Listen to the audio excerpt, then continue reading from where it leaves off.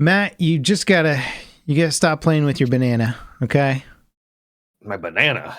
I don't play with bananas, sir. Your banana game, okay? The number 2 game on Steam right now, Banana. The thing that you've been playing and streaming nonstop for the past week. This is a sick addiction. We need to talk about it. Did you bring my family too into this intervention? I did. We need to talk about your banana, Matt. And stop saying my banana level. Your banana what do you game. mean it's not my I'm just banana? saying It's a your video banana game. Well, okay, you earn banana skins, and then you can sell those skins on the Steam marketplace. It's a pandemic, and we got to talk about it. But first, let me intro the podcast. Welcome to the Level With Me podcast, everybody. Happy to have you here. We do this show every Wednesday, and if you are a Patreon member, you can come by and watch it live on Mondays, where we don't cut out any of the mistakes. The links to support us are in the video description. We hope you guys enjoy the podcast. And we got to talk about bananas right now, because Steam is turning into, I don't know what it's turning into. People are figuring out how to game the system to a degree. And the definition of what an NFT seems to be, I don't know if I'd say it's evolving, but I think the phenomenon of the Counter-Strike gun skin is expanding into other games now. And for whatever reason, one of those games is a game called Banana, in which you click on a banana on screen. It's a clicker game. I've never understood clicker games. It's like fastest way to repetitive stress injury. Number goes up. Numbers are bigger number good. Yeah. It's some really weird stuff. So anyway, everybody's playing it. 2/3 of them are bots, by the way. I was gonna say, I don't know if I'd say everyone's playing it. The dev came out and said that 2/3 of the player base was bots, at least. Of course. And then you can get rare skins, I guess, from banana skins, mind you. Why you would want these, I don't know. But they are selling on the Steam marketplace, and the top one sold for over $1,000. I don't know why people are buying these. I don't know. I don't understand the banana skin market, but they are essentially becoming the equivalent of what an NFT was supposed to be, right? Like the dumb NFT fad, which I think is still going, right? Kind of. Well, I mean, I don't understand it. Explain it to. Why are you playing it so much, Matt? Explain your drive to me. Well, first of all, I just have a deep fascination for bananas. Second of all, I'm not actually playing it, but it's just so I haven't looked into it. I don't see this as, I'm not playing the banana game, guys. Just so you know. Second of all, I don't think this is an NFT. This is basically just a silly extension of the Counter-Strike skins. Like Counter-Strike skins are essentially NFTs. That's what I mean, is like they're NFTs without the blockchain backing it up, because they have the Valve marketplace backing it up. It's just a product. It's just a skin. It's just a, okay. I hear you. Because I mean, the value of the NFT is that it's always there as long as the blockchain is there, right? Well, the Valve marketplace isn't going anywhere anytime soon. That's going to be around as long as the internet is around. So which is why it holds value. It holds value. So if you own a skin on the Valve marketplace, you can sell those skins for a ton of money, which we've seen in Counter-Strike. But now it's migrating to other things, like this stupid banana clicker game that is is this like a new way to sort of game the system? Because people are talking about it now, because the skins are selling for a lot and the player count is through the roof, or the player count, which is being botted. Is Steam going to try and combat that? Because if you're using bots to artificially increase your player count, then does that to get exposure? Like, there's this whole can of worms that I feel like Steam is going to have to deal with soon. And I just don't know. It has 782,000 players right now. Yeah, it peaked at like 844,000, and it's not. I don't know if the peak is slowing or what, but it's just that is skyrocketing. Oh my god. It's a problem when it becomes one of the top played games in history, when you're just right. And you're right. It's probably just a bunch of bots, because if it's just all you have to do is click right? That's easy to bot. And then if there's money involved, of course, people are going to, even if it's just as soon as you it's why the whole entire system for Steam and the other skins are already problematic. And then if you get a way for people to basically farm skins, of course they're going to do it. I think it just exposes the whole system on Steam as maybe being a little manipulative, and that it can be abused. Do you think Valve's going to start policing this a little bit, or they're just going to be like, hopefully Banana's a one-off and it's going to chill out or something? But because it would start to look really bad if all the top games on Steam start to become these bots, games trying to manipulate people into, I guess I don't even know if it's manipulating, but you know what I mean? It just wouldn't be a good look to have those be all their top games. I guarantee you the success of Banana has probably instigated a whole new wave of devs or people who are like trying to get in on the craze. So in the next couple of weeks or months, or however long it takes to make a clicker game, it can't take that long. Would not surprise me. You're going to be seeing Apple Clicker and Pumpkin Clicker and whatever, Now, what's wild is popular user defined tags: psychological horror, free to play clicker. Nice. Anyways, I can't remember what I was going to say, so it doesn't matter.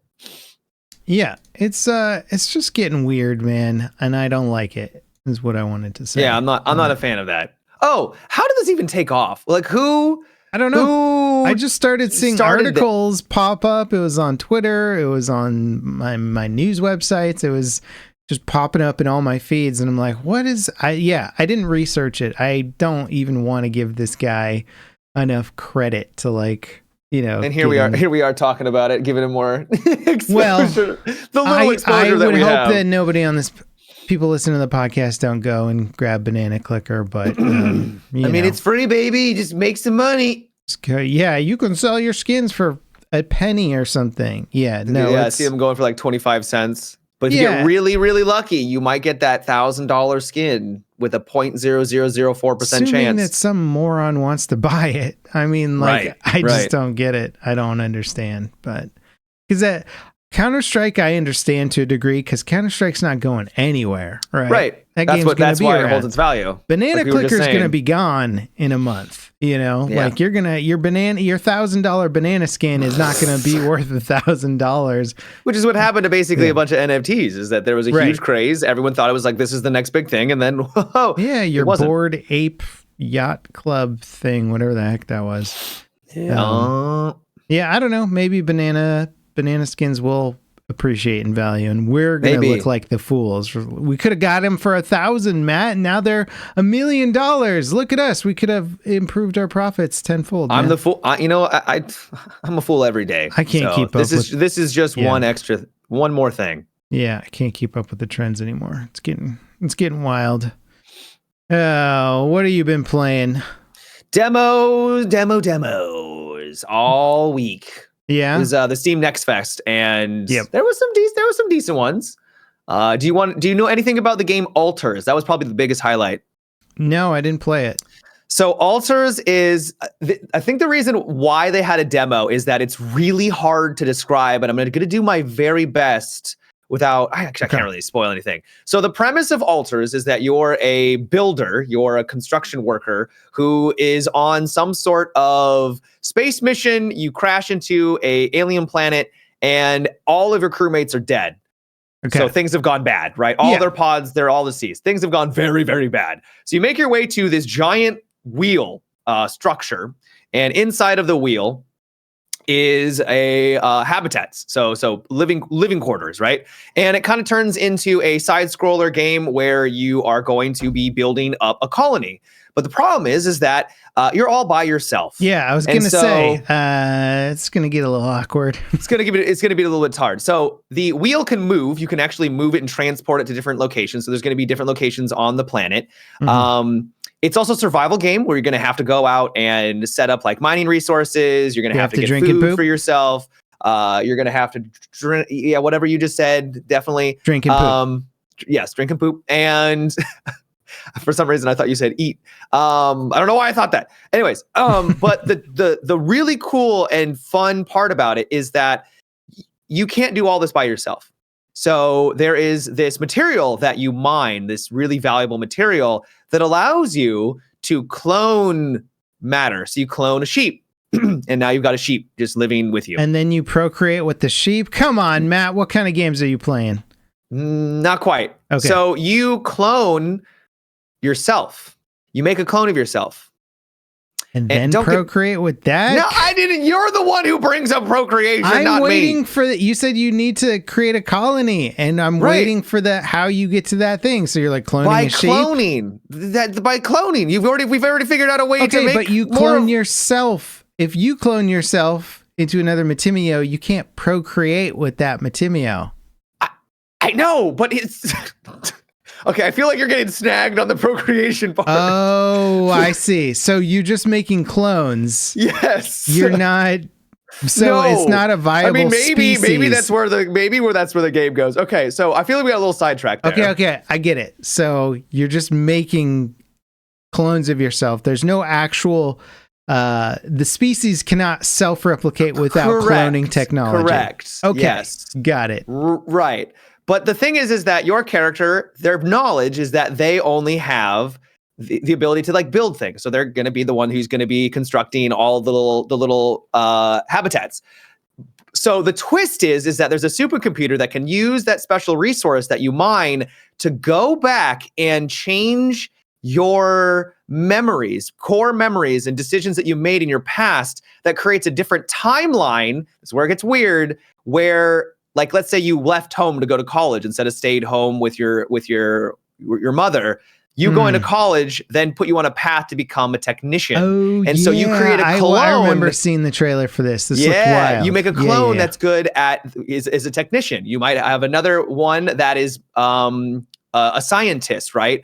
And so you're essentially creating you, but who has different specializations. Yeah. And so it's going to be this really fascinating and interesting twist on a colony builder survival game where you also have to like manage all of your clones who have different wants and needs because they're essentially different people, but they're you at the same time. Also, can you imagine waking up in an area where you thought your entire life, you lived your entire life, but in reality, it was just some machine who had changed something and you're just a clone? There's no way. I'd freak out. Also, there's having to be surrounded by copies of you that are slightly different also. And you're like, oh, that's the like meaner version of me, or that's the like weaker version of me, or that's that would be horrible. It'd be awful. Yeah. The worst. Oh, why so even hopefully bother they'll play into point? that. Yeah. Oh my God. I'm hoping they'll play into it. It is such, I mean, I love sci-fi. And so I'm like all in. And the mechanics and the gameplay were pretty solid. You have to manage time. You have to kind of think about it. Time is always passing. And when you make something or you go out and mine, it takes time. So if you want to get resources, you're going to have to go through, it's going to take you like 4 hours to do that. How do you like, what is time effect as a mechanic? So if you get too tired, it will take you longer to actually do certain tasks. And I think eventually you'll pass out. And then also there's a time limit in the sense that you have to outrun the sun, because if you're out while the sun is out, I think it just nukes you. Of course the planet you're on is super volatile. So there's also a time limit in that respect as well. Interesting. Yeah, what I was impressed about with the game presentation was that they were actually doing sci-fi in a game for a change, because all the sci-fi games we play are kind of the same depth of Star Wars, which is like, here's a bunch of laser beams and colorful explosions and faster than light travel, and that's it. It's sci-fi now. Don't worry about it. Here's some tentacle aliens or something. You're like, okay, it's sci-fi. Oh, it's speaking. It's the games you play. I'm just basing it off of those ones. Yeah. No, I appreciate it. Yeah, something I know. But this one was like, hey, let's take some actual, like, this is my favorite kind of sci-fi, which is, let's mess with the fabrics of humanity and time and the universe and like change a variable and tell a story with that. And it gets so much more interesting. So yeah, I can appreciate them trying for actual like hardcore sci-fi and making it a cool game concept at the same time. What's neat as well is that you can you can read the choices that in the big decisions that they made in their timeline, even though it's just completely made up because it's just a computer that just simulated it. And then so when you're talking to them, because you're going to be talking to your clones, the responses you give will have negative or positive effects on their emotional state. And like they can apparently they can like rebel if things get really bad. So there's going to be complications. If you made a clone of yourself who was a little bit more alpha, and was just like, hey, why are you in charge? Right. Like and what happens? I think this is going to be something you're going to have to worry about. Yeah. Okay. Yeah, that's interesting. Yeah, it's cool. Like, why are you in charge of everybody, huh? How come you get to press the cloning button and I don't? Right. Yeah. So it's going to require reading, which I know some people aren't really a big fan of. But when you read their timeline, you can kind of get it like, oh, they're more independent. They really care about having a very structured plan, stuff like that. And so when you respond to, we have a plan, they're like, oh, I feel better about that. Yeah. And that's going to be unique, I think, for every single one of your clones. You're not going to be able to make everyone happy. Can you put them down if they're being a little, Well, I don't know. It was just a demo. I have no idea. But I wouldn't be surprised if things start to get randy and then not that kind of randy, but then someone is like rebelling and then you're like, I need to make a sheriff clone, right? Someone who can put people in jail. And it's like, what? That's your speculation. Your character is kind of a predetermined character, right? There's not like a character creator. No. You can't go in there and be like, I'm going to be a hot blonde clone and see what happens. see what happens. I'm just totally like ruining this fantastic sci-fi universe. Yeah. You're like, when's the procreation happening? When are they going to bang? So you're sold on the concept when the game comes out. It's really fascinating. Cool. It's exciting to see some good, unique games come out like that are just sort of something that nobody's seen before. Like that's do you see what I mean about why it was probably a good idea for them to have a demo, because trying to describe it in a quick elevator pitch is kind of challenging. Yeah. So it's a survival game. Yeah. No, I thought their trailer for it did a good job of it in at least piquing interest. Like the trailer was enough to get me sort of like, I'll check that out. That's cool. I see you've also played Level 0 Extraction, the demo. I did. Yeah, I tried it a couple months ago and it was bad. It was really bad because they never gave you they didn't give you any weapons. So you start off, it's an extraction shooter where you are basically, it's like pitch black. So it really kind of goes into like dark and darker, where it's really, really dark. But then there's two players who play as aliens who go around and try to kill you. While you're getting loot. Also, there's other players doing the exact same thing where they're trying to get loot. The aliens are played by players also. So you can play a player, you can play an alien, player, you can play a person, a human, or you can play an alien. And then it's an extraction shooter, but the things that try and kill you are not just other human players, but they're also alien players, and the aliens can level up and get all these abilities, and you wait too long, then the aliens get crazy strong, and it can be really hard to fight them off. The aliens will respawn. If you kill them, players will not respawn, although they can come back as little drones to help out their teammates or whatever. Yeah. I found it way more challenging the second time around. I don't know. I found it more challenging, but more engaging because I felt like I could actually interact with the world. Like I was saying, the first time I played a couple of months ago, you had no weapon. You had like a dart gun that did 40 damage. A nail gun. Have to and you literally had to, no, not even a nail gun. They literally gave you nothing at the beginning. At all. Right. I know you had like that preview. They gave you actually weapons in that. In this, they literally give you like a melee weapon, and that was it. It was now good. Now you can hit a starter kit and get a crappy little nail gun. Yeah, so that's what's nice about this is that you do finally get something, and then that actually made it into an FPS game, which is what I thought was going for. Yeah. So much more engaging in that regard. They also added in some more AI that kind of wanders around that you have to deal with, so you have to make noise. And it seems like they fleshed out their loot system a bit more. It was definitely better. Still very clunky, still very early access, but it's at least going in a better direction. I have no idea how things are going to balance out in the long run, though, with the aliens and everything, because there's moments where I'm just like, this sucks. It's really, really hard at times. Where you run into other parties, I found, and those parties were they were more willing to actually work together because they're like, we're getting torn apart by aliens over here. let's not kill each other. Let's band together. Yeah. I found that happened a couple times because the alien threat was so intense that you're just like, guys, like there's drones, there's like robots that roam the hallways and I hate gun those you robots. down. I so absolutely hard to hate kill. the robots. There's zombie aliens. There's little egg pods that burst and like grapple onto your face. And then you got the aliens that are constantly upgrading, and then you're trying to extract with some tape and staplers and stuff, you know. That's the thing that I kept joking about with the game is the premise is like you're this elite mercenary team sent to Antarctica to like recover data from this top secret research facility. You go in with a nail gun.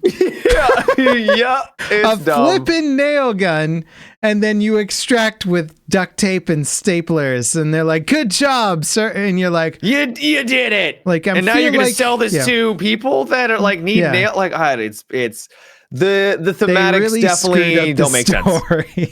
Yeah, and agreed. Also, I found like.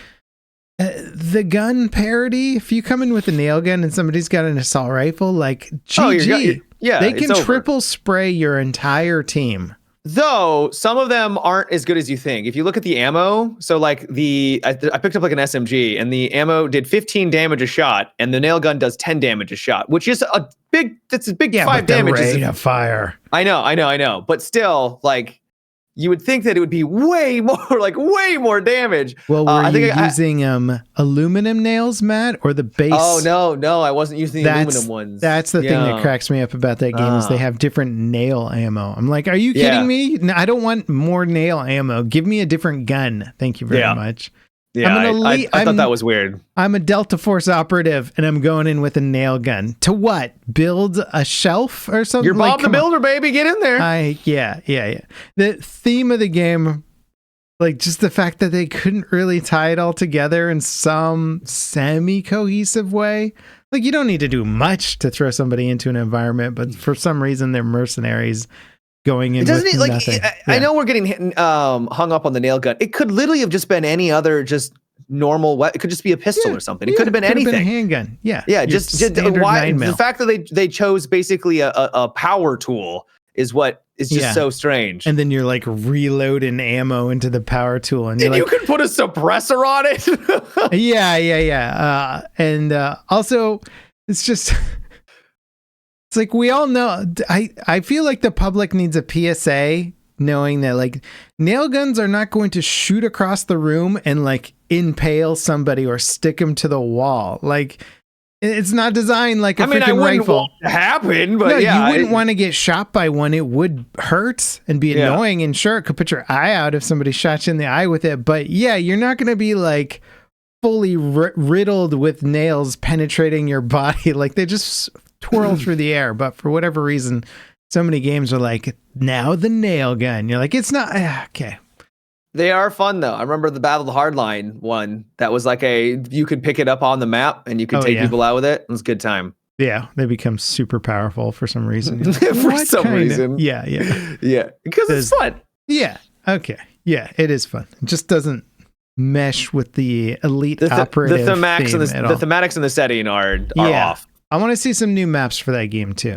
There was only the one. Which that map's getting a little stale. Old. Yeah, needs some. And the way that they have extraction too, I don't like their extraction at all. The fact that there's only like one point on the map that's reliable, and the other ones, so you can extract using like a zip line, but you need to have a special item to be able to extract from there. Yeah, you need a paper clip. Yeah, you need like a paper clip, and everyone on your team needs that paper clip because if you don't have it, they can't extract, and you have to do it individually. So if you're like, I'm gonna be the first one to go, all right, Steve, good luck. You have to sit here for like literally a minute. Yeah, and you listen to Bob down below just getting eaten by aliens, and you're just like, ah. Yeah, like I get that they're trying to build tension, but also that paper clip, it's a one-time use paper clip. Mm-hmm. So you have to either go buy another or go find it on a map and get lucky and find another one. It's like, what is this? I like the PvPvP aspect of the game. I think you just said PvP. You just put P's. Player versus player versus other player because they're aliens, right? Oh, because it's I got you. It's a three-way. I got you. I don't know if that makes sense as a term, but anyway, I like that idea. There's just a bunch of weird, clunky ideas tagged onto it that they need to refine. Otherwise, I think it could work. But we'll see.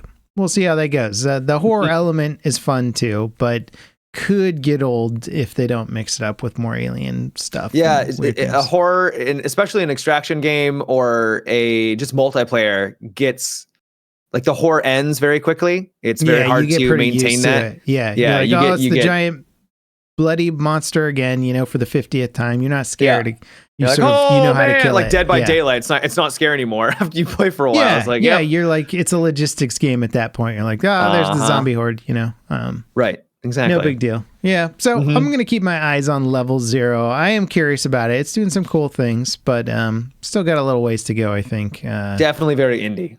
Yeah. Yeah. I've been, speaking of indie games, I was enjoying I've been looking at this game for a while. There's this, I think it's a solo dev who's been sort of making iterations of the same or similar game since like around 2017, I want to say. This game I'm playing is called Top Dog. And Top Dog. It's a hot dog selling simulator. No, I used to go to a hot dog place in San Jose called Top Dog, and it was really good. But this one is, you're sort of like a futuristic jet fighter, Macross style, if you like anime jets that transform a little bit. Okay. But it's a roguelike. So you go through a jet game. Yeah, it's a roguelite jet game, but you're kind of a future jet and you're fighting other futuristic jets, and some of them can kind of transform.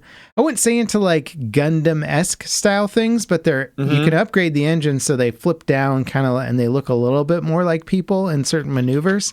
And so some of the bigger bad guys or some of the more elite bad guys you fight start looking a little bit more like robots to an extent.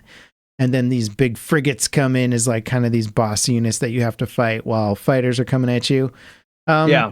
It's a cool concept. He's been kind of refining the same concept with his last 2 games. I feel like he's close on this one. He just needs to push it a little bit further, but a lot of the mechanics are really good. He makes flying fun. He makes the upgrade system fun. It just needs to be pushed a little bit further. I think it's one of those things where you could see all this potential, but I think he's limited by just doing it all by himself. So you're like, there's only so much stuff he can add to the game on his own. He needs a couple other people to like double the unit amounts, add in a little bit more variety with this or that there. But which is really hard to do as a solo dev. Yeah, super hard to do. I think he's done a great job so far. And I'm kind of fascinated by these little projects because they're trying new stuff. He's got a cool idea in his head. You can totally see it when you play. It is fun. Like, I want to go back in and try some more strategies with it. I was playing it quite a bunch today. And it just needs that extra little push to go from being full indie to something that feels a little bit beyond indie, or cool. I don't know if I'm using that term right, but you know what I mean. There's indie jank and then there's like cool indie, right? There's like nice indie and then there's kind of janky indie. Yeah, I hear you. Yeah. So this is still a little bit it's kind of trying to cross that line from jank to like good indie. Okay. But, yeah. I think it's cool. I think it's worth looking at. It's like super cheap. It's like $5-10, something like that. So, yeah, I think I just checked. It's $10. Okay. Yeah. And I kind of want to look at his first game too. It's like $5 now. So I might check that out.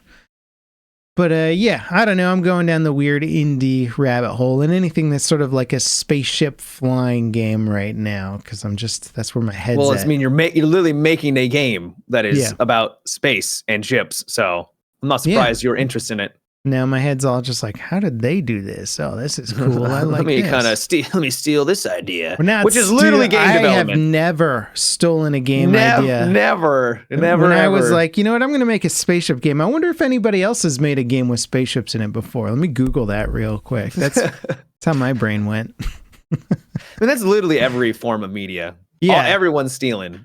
No, I mean, when stealing and more like, just iteration. It's all iteration on top of each other. Well, when I announced my project, I just said it's inspired by this game, and I gave them a very specific game. It's like mostly this game, and also The Expanse, and a bunch of other stuff, and this, and it's like, it's all an amalgamation of ideas. And most games we see nowadays are hybrids of two genres that we haven't quite seen meshed together. Like this top dog game is the roguelite meets a Combat Aces, or whatever that game's called. Yeah.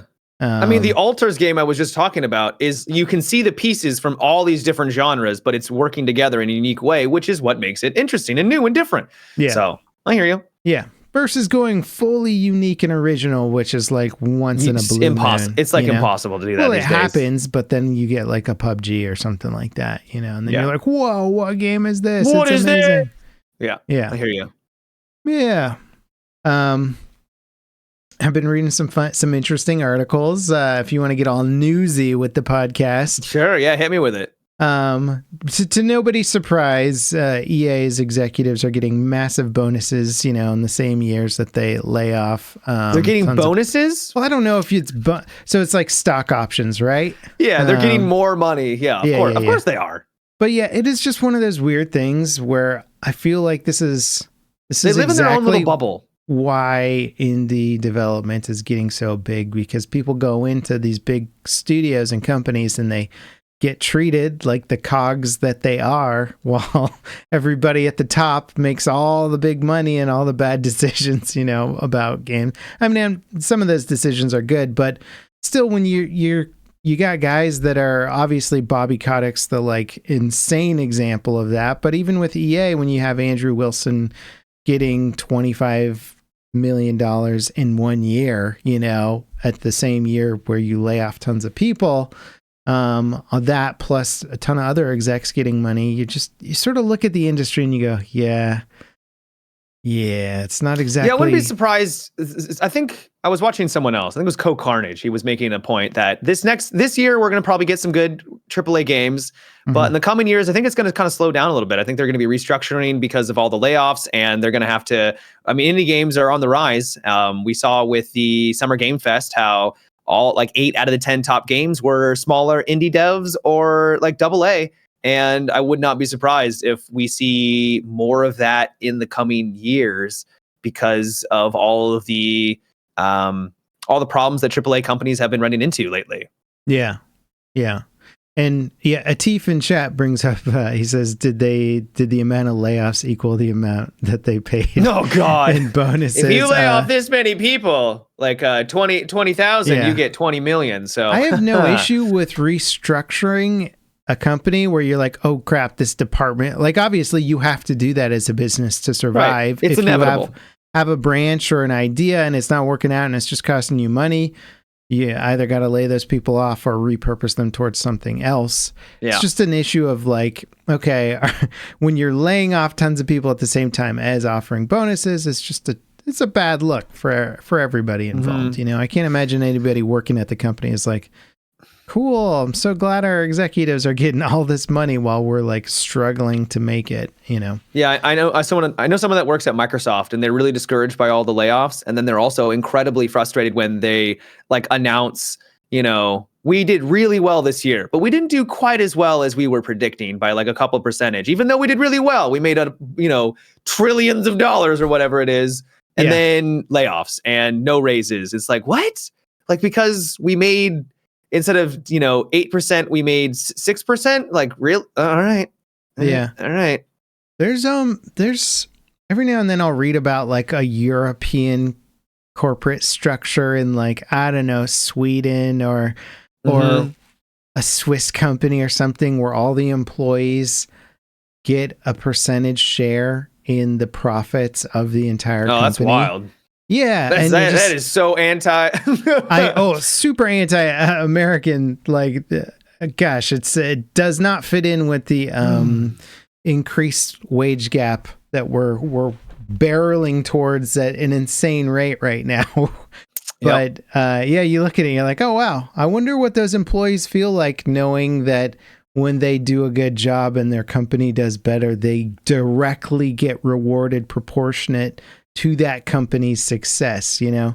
Wild concept. I would imagine it's overall good. Obviously, it could be bad if the company's not doing well and they're all like hoping for a good bonus that year and nobody Well, gets you would also it, hope that that's not their main revenue, that they're getting just a you still get your salary. The base pay, right? The base salary is enough to, you know.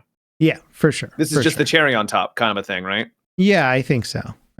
But I don't know. It's interesting, not to get too socialist or whatever on the podcast here, but just looking at the way I didn't realize you were a communist there, Level Cap. I know. I just want hardworking, talented people to get what's owed to them, you know? I hear you. I do. It's kind of a crazy concept. But to move the news along, it's kind of funny reading about this, but I've always, and maybe this is just because of when League of Legends became a big game, but it's always been a young person's game to me in my mind, right? Because when it blew up, it was kids in high school playing on their laptops. I was in college. Yeah. Okay. Yeah. So 25 years ago. Yeah. And probably a lot of the people you knew that were super into it were either your age or younger, I would imagine. Right? Yeah. Yeah, I mean, the only people I really knew were people my age. I wasn't really hanging out with older people. Hanging out with high school I wasn't kids. hanging out with kids. So, I don't know. I don't know. Maybe you're in a clan or something. But no, it was huge among the younger generation. I would say even younger than you when it first dropped. Yeah. Now apparently they're not really attracting the younger generation quite so much, and their player base in general is much, much older now. And one of their, I can't remember if it was their executive or somebody high up in the company, was sort of explaining the situation. They're just like, look, League of Legends ain't what it used to be. We're not really attracting that. The younger audience are going for different games nowadays. They're more interested in whatever. And League of Legends has become like kind of the older gamer game. That's fascinating. Yeah. And they're going to have to restructure a bunch of the way that they do whatever their content. I'd imagine that's not entire, because I feel like, I mean, I believe them, but also they've got so much media out there for like Arcane. They've got their trailers and stuff like that. I imagine like there's got to still be some people coming in. Even for sure, you're getting new stuff. They're just saying their player base is aging. Less made up of new players versus lots of older returning players now. I gotcha. So their average age has just shot way up compared to what it was at launch, which I think is interesting, you know, because not all games, gamers age with their games to a certain degree. And if the developers can continue to cater to that same audience, then they can kind of grow with their initial audience. And then other games are just like, screw that original audience. We're just going to bring in the newbies and cater to them.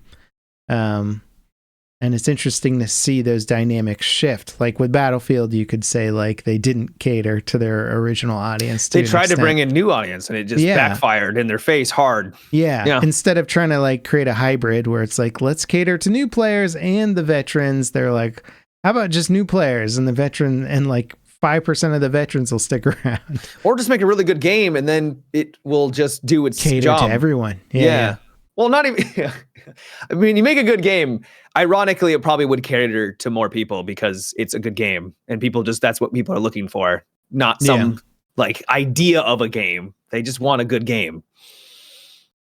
Yeah, man. It's hard to. Well, when you're working with a franchise, though, especially, it's hard to just make a good game that is not beholden to all the ideas that came before it, right? You can't make a Battlefield game and be like, what if it was unicycles or something, you know? Like nobody's going to be on board for that game. I mean, I'd be on board. We try it. We try it on launch day and be like, what the flip is this, man? Like, have you gotten the two-wheeled unicycle yet, Matt? That would be no longer a unicycle.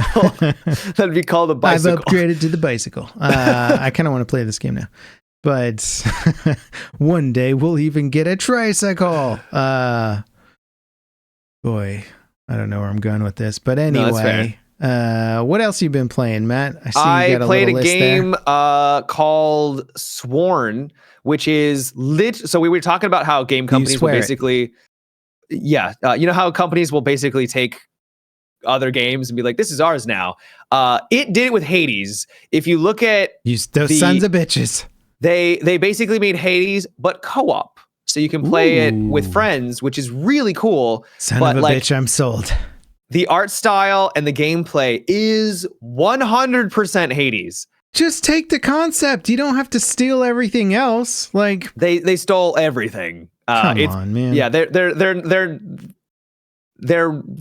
wearing their influence like on their sleeve. Anyways, so it's like good the Marvel game, man. It's just like copy Overwatch. You don't have to copy everything about it. Right. Yeah. Even the art style is pretty much it.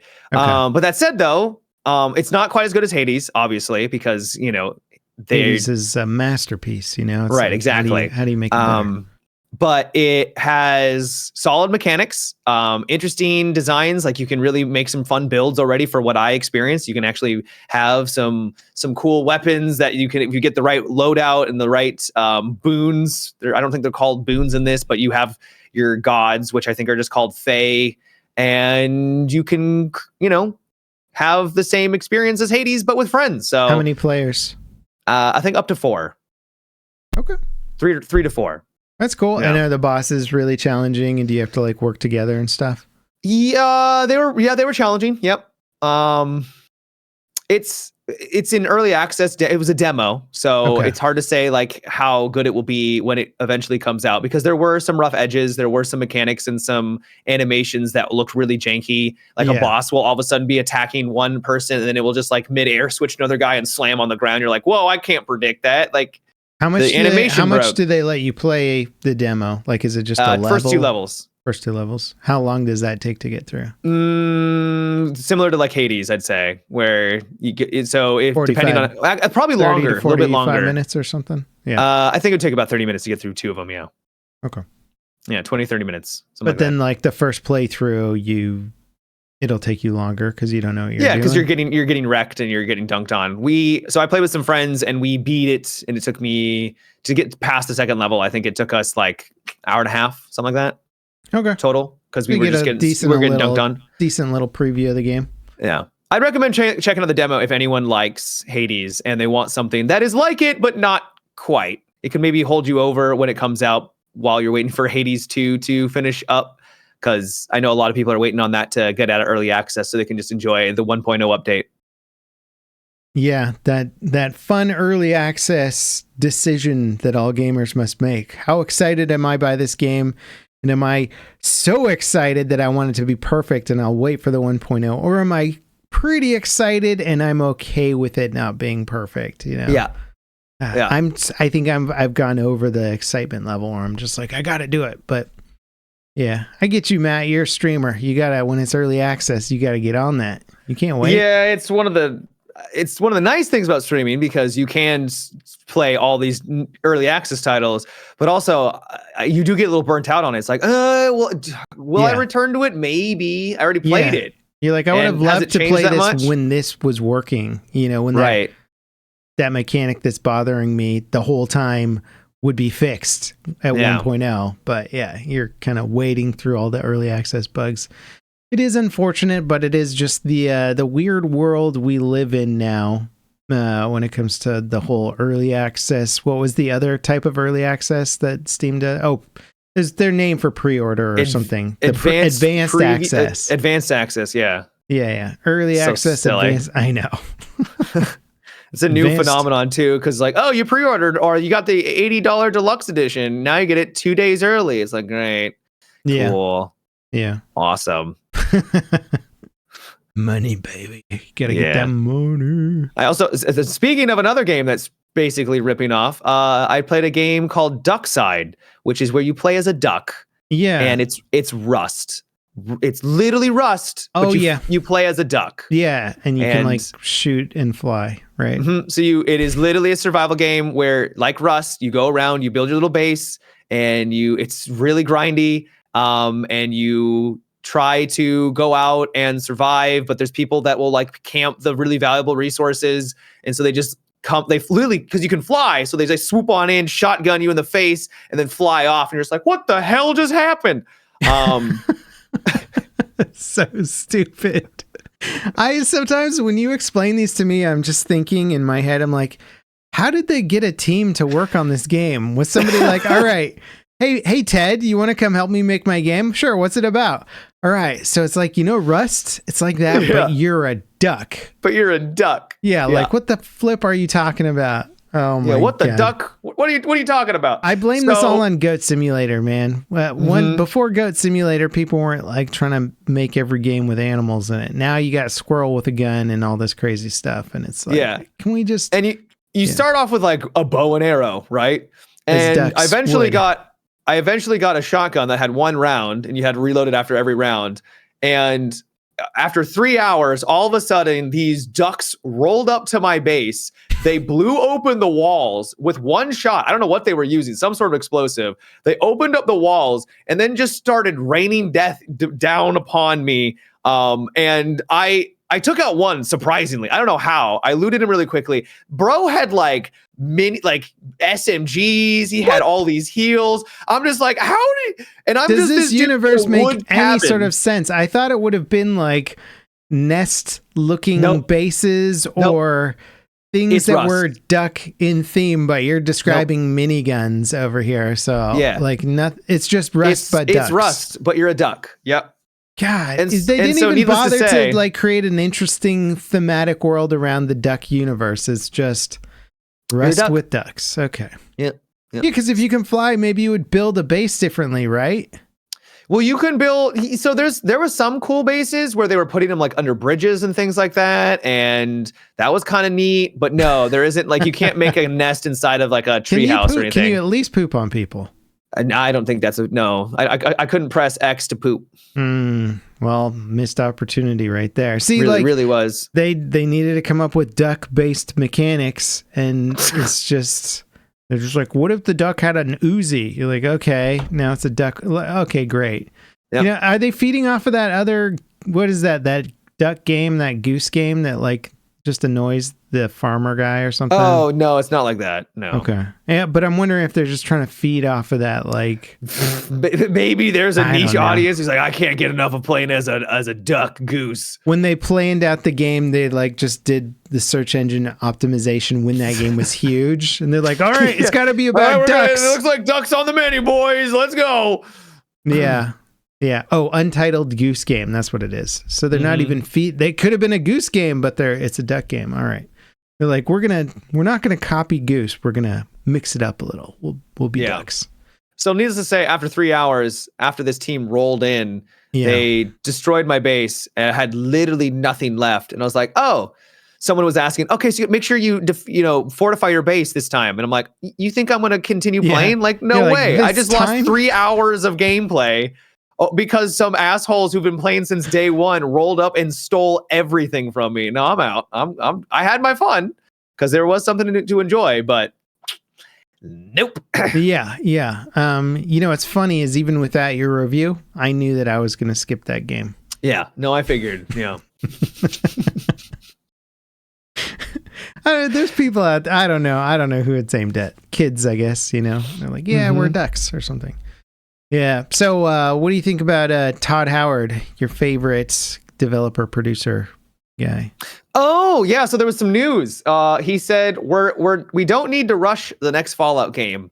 And I'm not surprised. I wouldn't want them to rush any game. I want them to take their time. But it also brought up an interesting discussion, I thought, where I feel kind of bad for like younger gamers and stuff like that, because we lived in an age a long time ago, many moons ago. Yeah. Gather round, children. 3,000 years ago.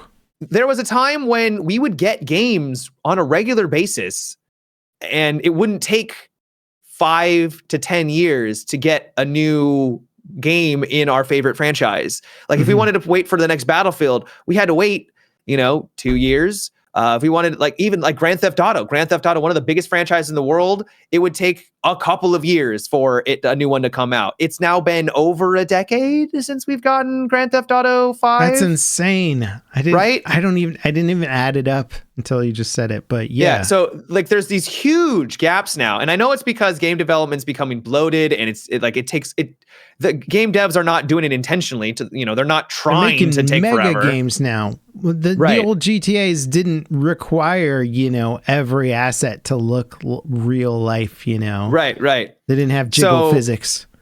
It sucks because on the one hand, I want them to take their time, but on the other hand, it's like, man, you're like, oh, okay. That story that didn't conclude at the end of the last one? Well, you're going to have to wait 6-8 years for it to conclude. How many games do they have like that are cliffhangers, though? So this is actually one of the reasons why God of War did not do a trilogy, is because they knew that if they were going to have it be 3 games, the conclusion would have taken a decade. Yeah. Because the first game came out in 2018? We just got the last one last year, and so the third one would have come out in half your audience is dead. They're never going to see how this stuff. Some of them will be, though, Matt. Over the course will have passed away. Yeah, you're not 10 wrong. 10 years, you're not going to see the end of God of War. I don't know about half. It's too long to wait to find out how the story ends, though. Right. You've lost your interest by that time. You're like, oh, yeah, hang on. Let me just play through the first 2 games so I can remember what the third game's leading up to. And they're a company that's actually was produced, like they came out with their titles pretty quickly. I mean, it took 5 years for God of War? Well, it was 2018, then 2000. I can't remember when it came out, Ragnarok. But regardless, it wasn't, I think it was like 4 or 5 years, but it wasn't the 8+ that some of these franchises, like we haven't seen Elder Scrolls in more than a decade. Technically we did get Fallout 76, so that wasn't that long ago, but it wasn't a mainline title. It wasn't it wasn't Fallout 5. So what's interesting that I can add to this a little bit, I feel, is I was having a chat with another indie dev who's making Falling Frontier. Really cool guy. Okay. Yep. Really cool looking upcoming game. They've been working on that for a long time. Yes, he worked 90-hour weeks for like 2 or 3 years straight before he started getting some help. He was doing it solo for yikes. Yeah, insanity. Don't do that, people. Don't do that. Go find somebody to work with. Do it faster. If you want to make a game, partner up with people. It's part of the joy. Don't burn yourself out, because that will do it. Yeah, it's crazy. But he is going to get his payday soon, so that'll be nice when he comes out with his game. But anyway, he was saying, most people go into a game project thinking it's going to take 2 to 3 years to make their game. Yeah. The reality is most games take 5 years to make now, even for indie projects. And we're seeing that.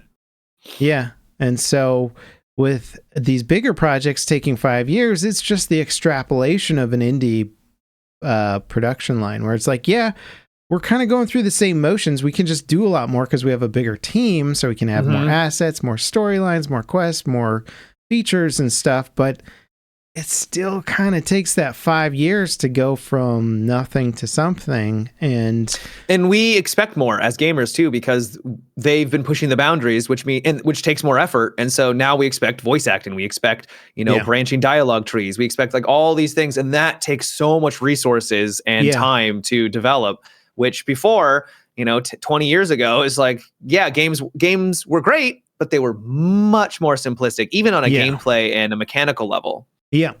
Yeah. And we were fine with that, because that was the apex of what we had. It was like, this is the best game ever. Is there any voice acting? No. Is there multiple choice dialogue tree stuff? No. Is it just a completely linear single player game with no options from start to finish? Yep. It's fantastic. Yeah. That doesn't take as long to make. Yeah, apparently. Yep. So the sphere's just gotten more competitive, and with that competition, it takes more time to make a really involved game. And while we have all these great tools now to speed up game development massively, it's speeding it up in that it's allowing us to do a lot more, but now to be competitive, you have to do that more. So you're making better looking stuff, you're making cooler looking things, but you just have to do that now. You can't make a game and have it look like it did 5-10 years ago. Thankfully, I think the engines, I don't know because I'm not a game dev, but I feel like engines have gone a long way to make it more accessible and has sped up a lot of those processes, especially for independent developers. Mm-hmm. So it's not all doom and gloom, like everything's getting harder and harder. Things are getting easier, but the scope of stuff is getting larger. Yeah, I think the only downside here really is when it comes to sequels and major IPs that you're like, we're big Battlefield fans, having to wait so long for the next Battlefield game, and if that game sucks, then we're like, right, I guess we'll just come back in 3 years or something and see what the next game is like. Do you think we're gonna get one in 20? You think we're gonna get this one next year? I think, I think next year. So it'll be 3 years between, because it's been 2 now, right? Yeah, and who knows how they're going to break all that stuff up, whether we're going to get like a little standalone. When did Battlefield 2042 come out? Extraction, 2020. That came out in 2021. 2021, holy So crap. It'll be 4 years if it comes out next year. Yeah, so that's a long time. That's people a long wonder why time I'm for not Battlefield. Covering Battlefield anymore. Yeah. I'm like, cover what? They launched one map a season. It's a video. Yeah. Yeah. Yeah. Holy hell! All review Battlefield 20. I know everyone likes to dunk on it, but it had 200,000 mixed reviews. Yeah. So it still sold a decent amount. Oh yeah. Well, I mean, the launch sales, I'm sure, were not bad. Yeah. On top of that, it's gone on insane sales throughout its lifetime. So yeah, we saw those bring in a ton, right? When it went down to like $10 or something, people player jumped base on board. Is tanked though, which I'm not surprised by at all. Yeah, I mean, what are you gonna do? You're gonna play I haven't really played it either. There's nothing really new to experience. Yep. And it's an old formula that they haven't evolved really either, which is what I've been harping on them for years. I'm like, you guys haven't updated Conquest. Everybody else is like kicking your butts in all these fun, new, interesting game modes. And they're like, what if we do the same thing, but in the future? And you're like, okay, guys, like it's not going to cut it. I still want the classic Conquest. Give me the classic. I don't want that to be anywhere. But yeah. I hear you. You know what? I like to evolve, man. I'm not afraid of change like some people, Like me. Yeah. Just realized we're both in like dark blue shirts and we're just blending into the background because it's hot. Blue's great. I love blue. I think I found the website for your shirt, Matt. I keep seeing ads on my phone. Oh yeah. And it has like all your shirts on the ad. There you go. I'm like, oh, I think Matt got this ad. Do you know what it was? Because I don't even remember. No, I don't remember. I didn't click it. I was like, I don't want to look like Matt. Oh, I should just get your whole wardrobe, Matt. And then when we start a podcast, why don't you want to look like me, Level Cat? What the hell are you trying to say? Shirt, just awkwardly, and you'll be like, what the? You're like, oh, hey, look, we have the same shirt. I'd be so flattered. I'd be like, man, that's a nice shirt. You look, damn, where'd you get that? Looking good. Nice drip, as the kids say. Yeah. I say that all the time. You do, because you're cool. I'm happy to inform you because I have a 6-year-old son that Bro is still very much alive. Yes, of course it is. Bro is never gonna go out of style. There's no way. He's calling me bro. Because it's your bro. All the time. It's like your mate, your bros. Yeah. I did not introduce that to him. He's like, he comes home from school and it's just like bro. And I'm just like, all right, man. So yeah, that one's still here. Which is fun. Mm-hmm. You know what was also fun? The Red Rising trilogy. Yes! I want to thank you for recommending that to me, Matt. You're very welcome. I was in need of a good book to get into. You recommended Red Rising, and it's fantastic, dude. Yep.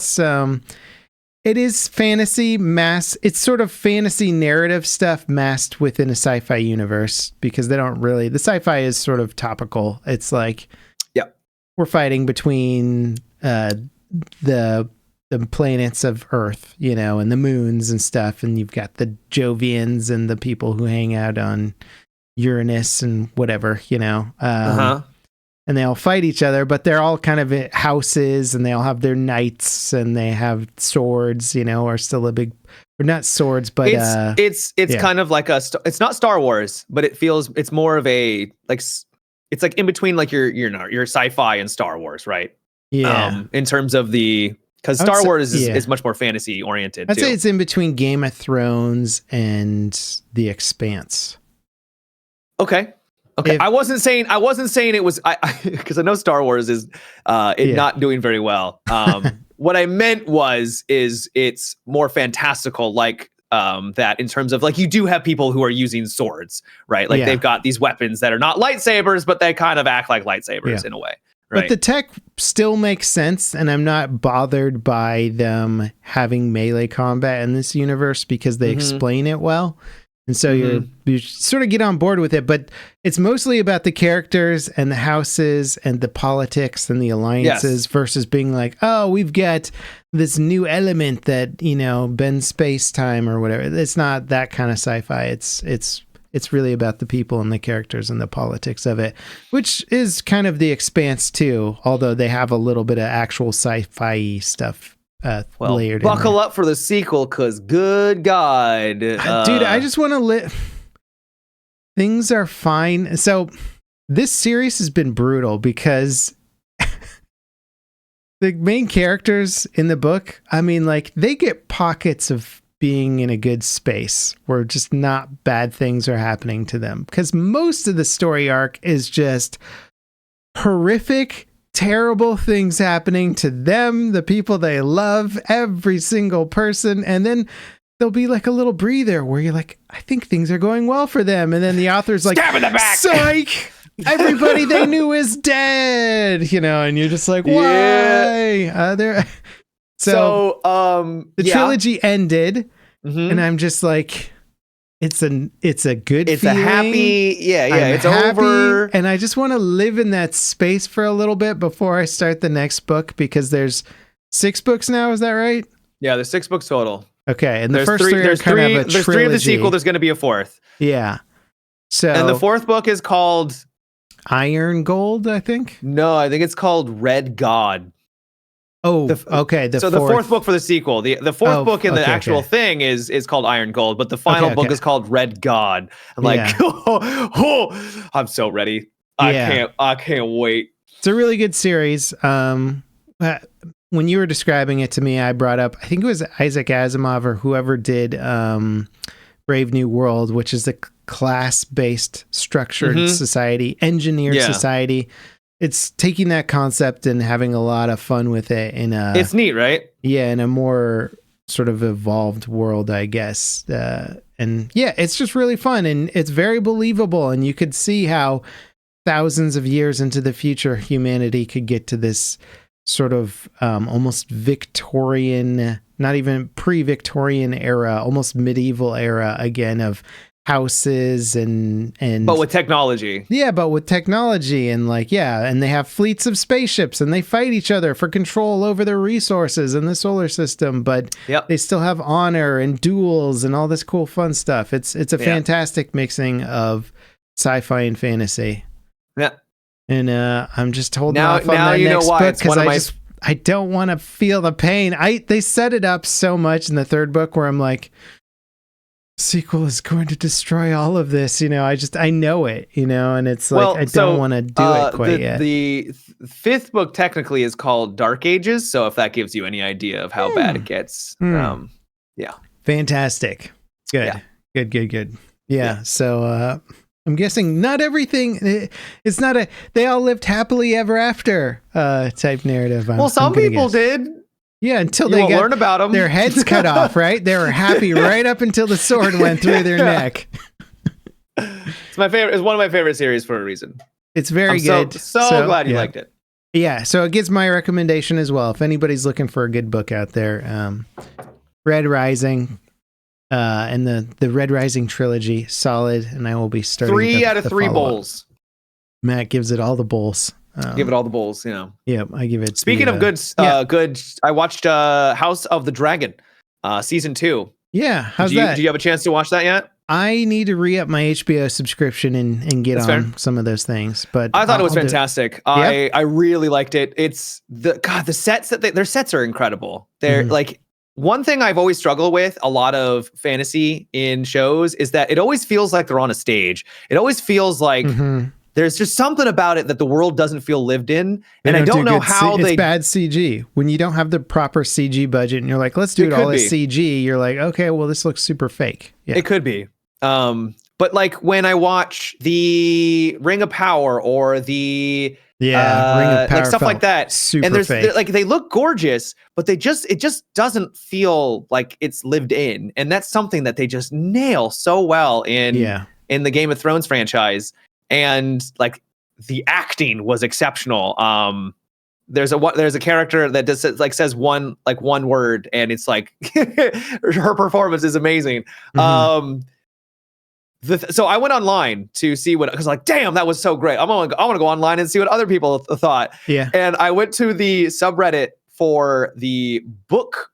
Like there's like different subreddits, right? The ones that read the book, and so it was like book spoilers, and they hated it. I was like, oh my God, I felt like I watched an entirely different episode compared to these people. And then I found the general like population subreddit, and they're like, yeah, this was fantastic.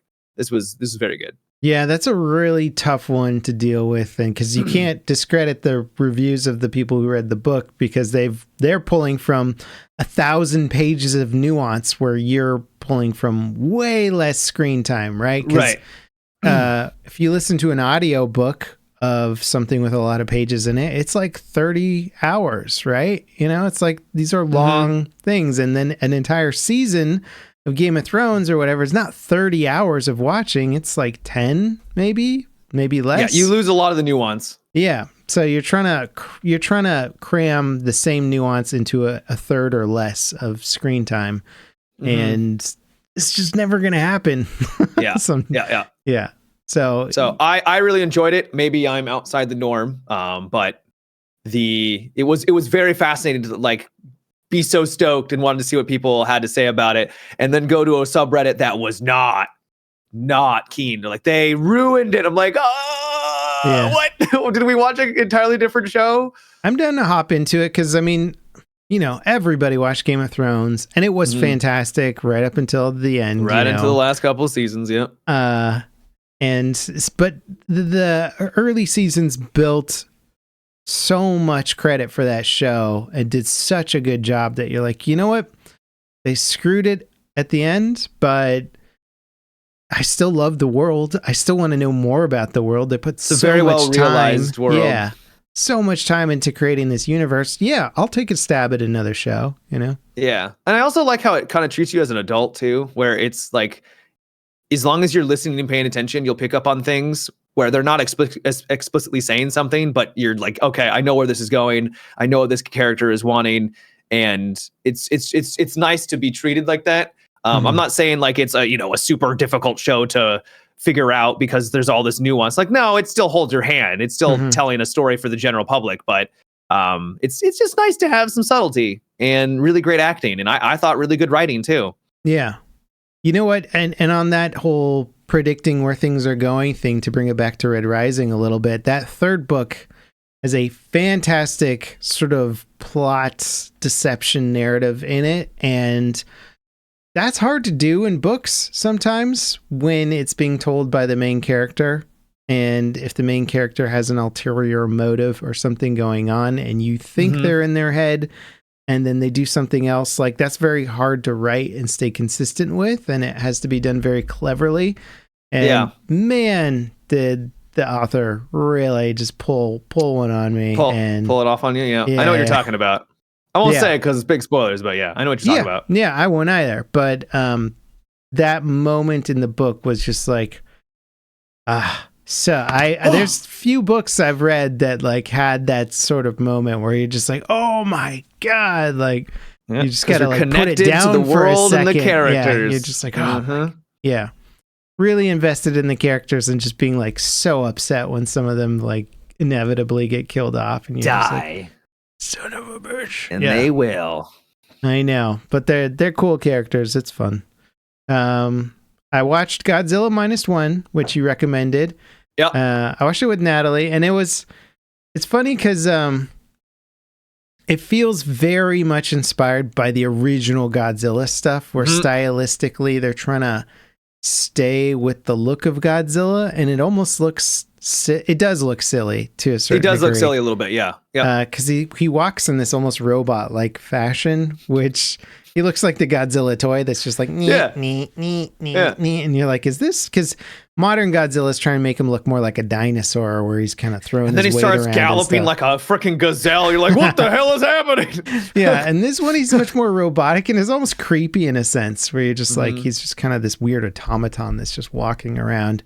The CG, really cool at points, all kind of silly at other points. Yep. Well, its budget was way smaller. Yeah. It kind of reminded me of a lot of other Japanese productions where you're just like, they just don't get as much money for their stuff over there because their audience isn't as big. It doesn't go out to a global audience most of the time, or it just doesn't do as well in global markets. But narratively, this one was really on point. Like, it does have some of that silly overacting stuff going on where everybody, like, we were laughing in some scenes because the main actor just does these, like, he does these looks where he just goes and the look goes for like 10 seconds sometimes, and you're just watching and you're like, is the person across from him laughing? Because this is ridiculous. Like I said, it goes a little over the top, which is, I think it's just a cultural thing. And I'm not trying to like badmouth it or anything, but you do have to just kind of accept that that's just what it is. Yeah. But so the story's tied into World War II and the ending of World War II. And Godzilla sort of becomes this sort of aftermath component of that for the Japanese people. Yep. And the narrative tied into the World War II stuff is fantastic. The main character's like a kamikaze pilot who chickened out, essentially.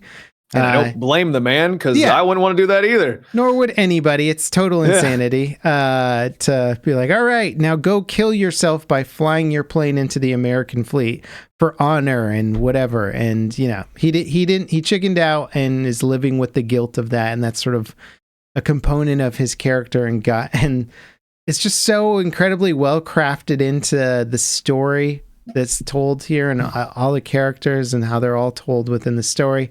I liked their plan for how to kill Godzilla. It was fun. It was kind of unique, and you're like, oh, that's weird, because normally it's just, what if we just shot him with a bunch of stuff? Or what if we lured him to this weird radiation magic crystal thing? And you're just like, all right, you just had to make up something to kill him at this point. And this one was like throwing some fun little sciencey stuff in there to play around with it. And it was just a really good narratively. It was a fantastic narrative movie. CG and performance didn't quite live up to the quality of the narrative, but it also didn't totally ruin it either. Like, I was enjoying it. It was a good movie, though. Yeah. And also, as a World of Warships fan, it was cool to see all the boats that I play in that game being used. I know that boat. Yeah, because they're like using like I don't know what it was, like the Yukikaze or something like that to like fight Godzilla. And I was like, I know yeah, that's a cool ship, you know? So that was cool. If you're a naval nerd, they use the actual ships and stuff. Solid, worth watching. You know, get some popcorn, laugh a little bit at some of the performances, but live, laugh, love. Yeah. I also finished Bridgerton season 4. Pretty solid. I know nothing about that show, so yeah, it's I think we talked about it briefly. It's like woke Victorian era. Yeah, I think I did. Yeah, I remember you telling. Yeah, it's basically that. It's fun. It is what it is. It's like if you just want more Pride and Prejudice, but with a little bit more sexy scenes in it. Oh, it's just that. It's just seasons of Pride and Prejudice, essentially. Just keep it coming, you know. And it's they're never gonna stop it. But it's a fun one to watch with the wife, you know. Right on. Good characters, good writing. Probably not the have huge interest to our podcast audience, but you know what? I know some of you out there are watching Bridgerton. Let me know in the comments if you guys are soaking up that Bridgerton season 4 goodness. I'd actually be curious to know. Yeah, it's fun. It's fun. It's all make believe. It's literal fantasy. It's like, what if England was? Yeah, it's totally not historically different? accurate. It's not at all. Yeah. Teef in comments says, nope. Nope. Yeah. I said, let me know if you're watching it, not if you're not watching it, Teef. God, come on, man. Well, that's all I've been doing. Other than that, is project management stuff. You want to hear about? That's all I got too. Learning Trello. I did some squats the other day, and my legs are sore, and my butt's sore, and so that's exciting. Cool. I love an adventurous life, Level Cap. I know you do, Matt. Was that meal you made for yourself the other day? Oats or something?